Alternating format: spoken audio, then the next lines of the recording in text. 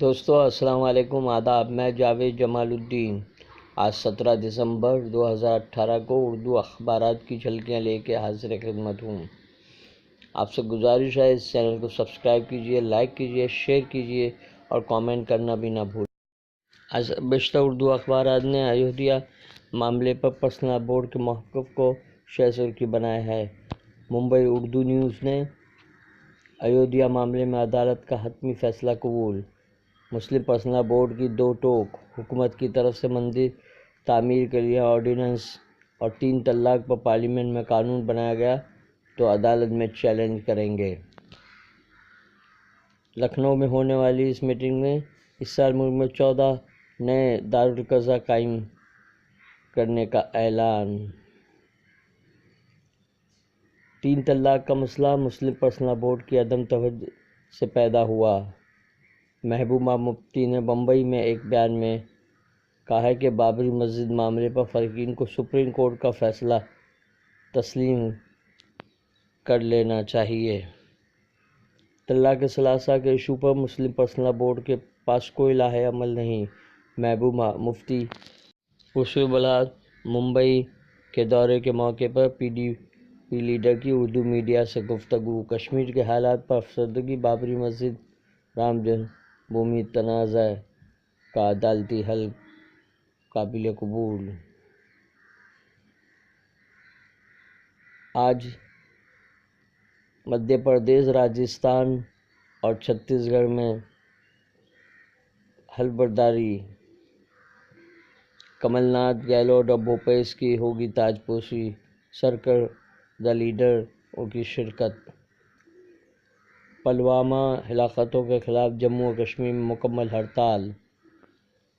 مشترکہ مزاحمتی قیادت کی 3 روزہ ماتمی ہڑتال، فوجی چھاؤنی کا رخ کرنے کا عزم۔ ممبئی میں کوسٹل روڈ کا بھومی پوجن ادھو ٹھاکرے کے ہاتھوں۔ شیوسینا سربراہ نے ممبئی کے شہریوں کو مبارکباد دیتے ہوئے مرکزی اور ریاستی حکومت کے تعاون کا شکریہ بھی ادا کیا۔ رافیل پر اپنا فیصلہ واپس لے سپریم کورٹ، حکومت کو دے توہین عدالت کا نوٹس۔ کانگریس کا سپریم کورٹ سے مطالبہ۔ وزیر اعظم نریندر مودی نے کہا ہے کہ فوج کی حوصلہ شکنی کرنے والوں کو معاف نہیں کریں گے عوام۔ کانگریس کو اس کے ہی رائے بریلی سے للکارتے ہوئے وزیر اعظم نریندر مودی نے کہا کہ ملک کی سیکورٹی سے جڑے معاملوں میں رکاوٹ پیدا کر کے کانگریس نے فوجی نوجوانوں کے حوصلوں کو توڑنے کی کوشش کی ہے، جسے ملک کی عوام کبھی معاف نہیں کریں گے۔ دھاراوی باضابطہ کاری پروجیکٹ پر 25,000 کروڑ روپے لاگت آئے گی۔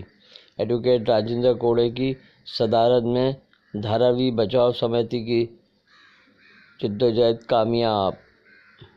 آر ایس ایس کے ایک اہم رکن اندریش کمار نے کہا ہے کہ سپریم کورٹ رام مندر کا فیصلہ جلد از جلد سنائے۔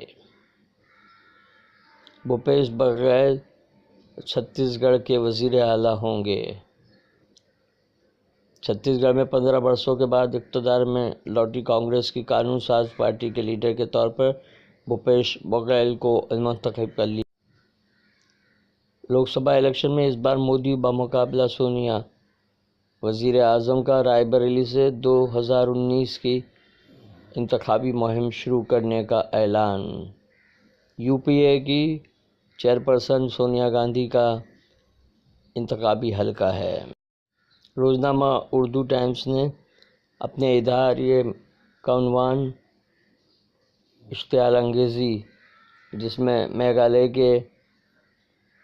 میگھالیہ ہائی کورٹ کے جج سینگ کے ملک کو ہندو راشٹر بنانے کے معاملے پر کیے گئے تبصرے سخت نکتہ چینی کی ہے۔ کسانوں کی خودکشی کے لیے مودی حکومت ذمہ دار۔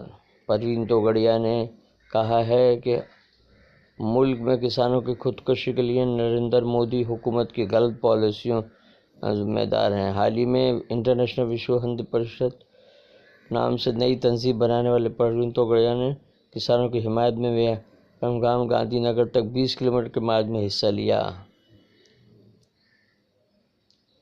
وزیر اعظم کے لیے راہل گاندھی سب سے بہتر، ڈی ایم کے لیڈر ایم اسٹالین کا بیان۔ تمل ناڈو میں اپوزیشن کا زبردست احتجاج کا مظاہرہ۔ پاکستان کے وزیر اعظم عمران خان نے کہا ہے کہ ہم مسئلہ کشمیر کو اقوام متحدہ میں اٹھائیں گے۔ کشمیر کے پالغام ضلع میں تصادم میں عام شہریوں کی ہلاکت کی انہوں نے شدید طور پر مذمت کرتے ہوئے یہ بیان جاری کیا ہے۔ میں شیوسینا سے اتحاد کی ہر ممکن کوشش کروں گا۔ وزیر اعلیٰ مہاراشٹر دیویندر فڈنویس کا اعلان۔ الحاق کی کوشش جاری، بات چیت کا سلسلہ جلد ہونے کی امید۔ این سی پی کی سابق ممبر آف پارلیمنٹ شیوسینا کا دامن سنبھالا اور ادھو ٹھاکرے کی موجودگی میں شیوسینا میں شمولیت اختیار کی۔ سائرہ بانو نے وزیر اعظم نریندر مودی سے مدد مانگی۔ دلیپ کمار کے بنگلے پر دعویٰ کرنے والا بلڈر سمیر بھجوانی جیل سے رہا۔ تو دوستو یہ تھی آج کے اردو اخبارات کی جھلکیاں۔ کل پھر ملاقات ہوگی نئے ایپیسوڈ کے ساتھ انشاءاللہ۔ اللہ حافظ۔